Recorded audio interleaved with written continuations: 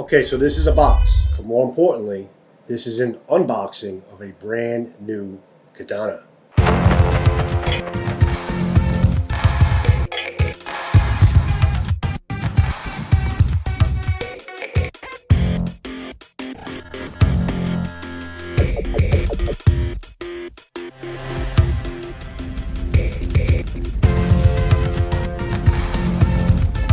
Okay, so I picked this up this morning, and I was rushing home from work to try, looking forward to opening up this bad boy. This came to me as a sample sword, a sample review sword from RVA Katana.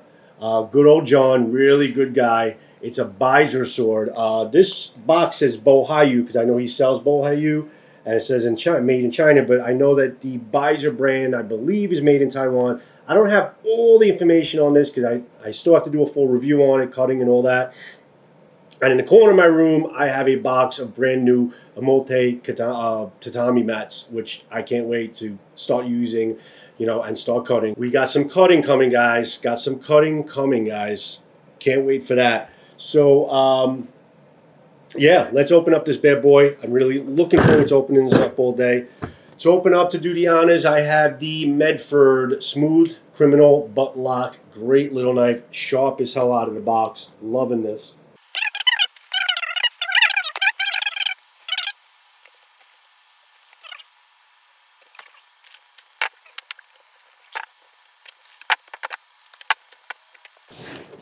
So it's obviously in a box. It's wrapped up pretty well. Seems like. I think this box, I'm going to have to get a new box. It came in another plastic wrapped bag.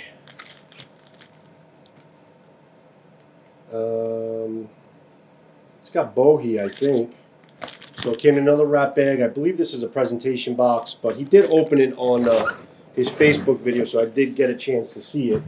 But this particular katana, from what I understand, is came from BYZER, and it's to commemorate the Year of the Tiger. So it's one of the Year of the Tiger edition BYZERs made for this year, for the Year of the Tiger.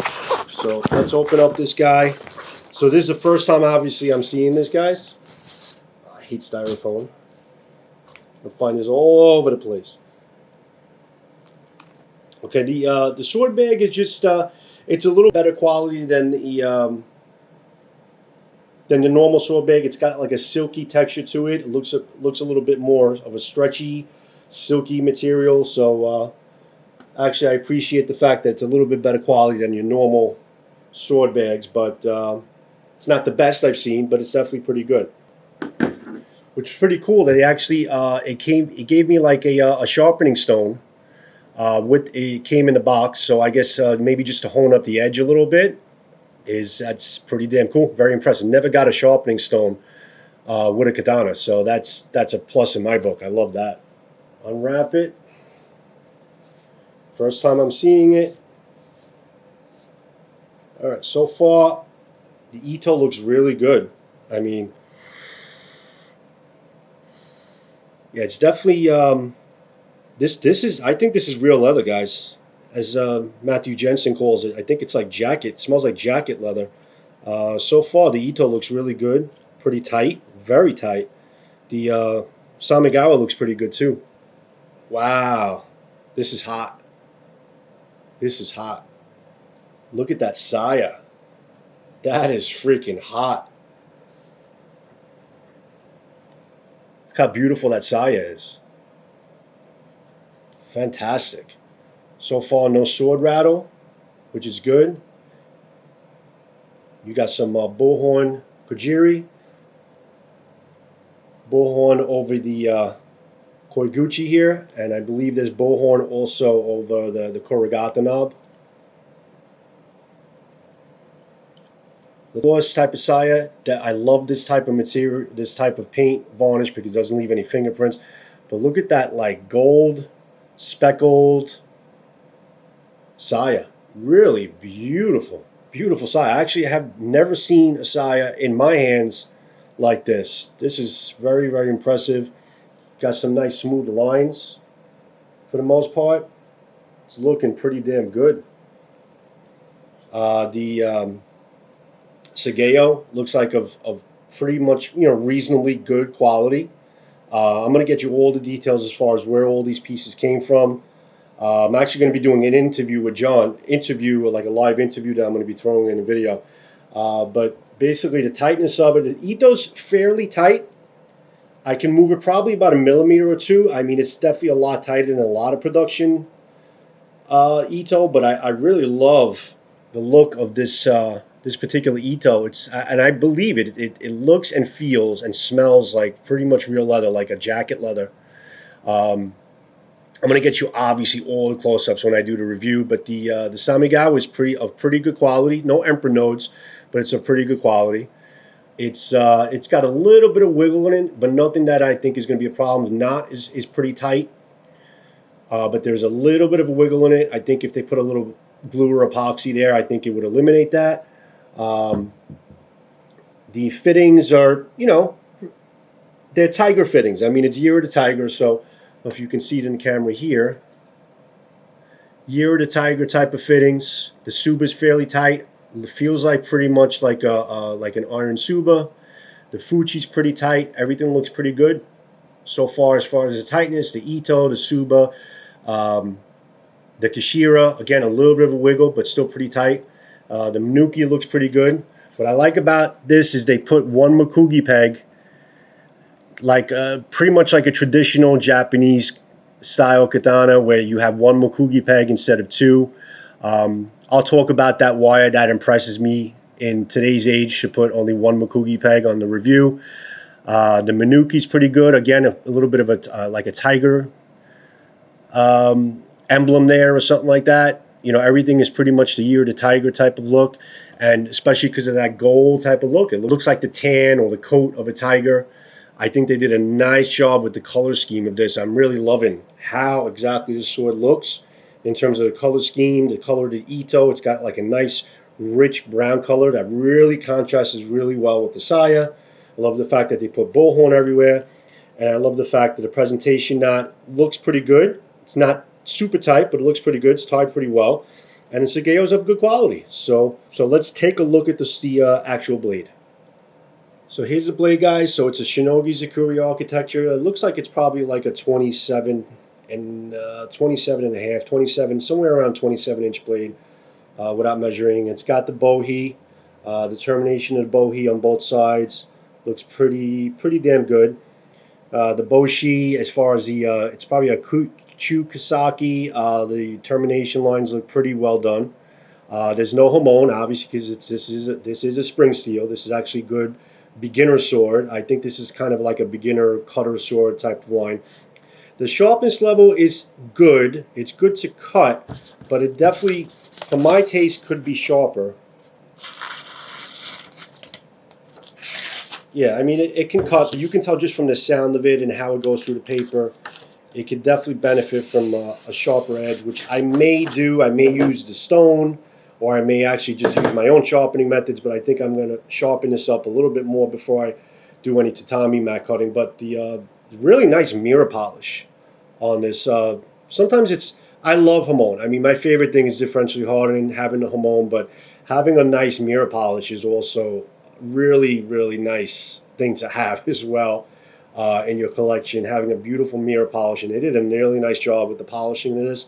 There's no blemishes. You're not going to see it in this angle, but I'm looking at it. The planes, everything looks pretty flat. They did a nice polishing job on this. Pretty simple brass habaki. It looks like they have some copper seppas, and again, very tight.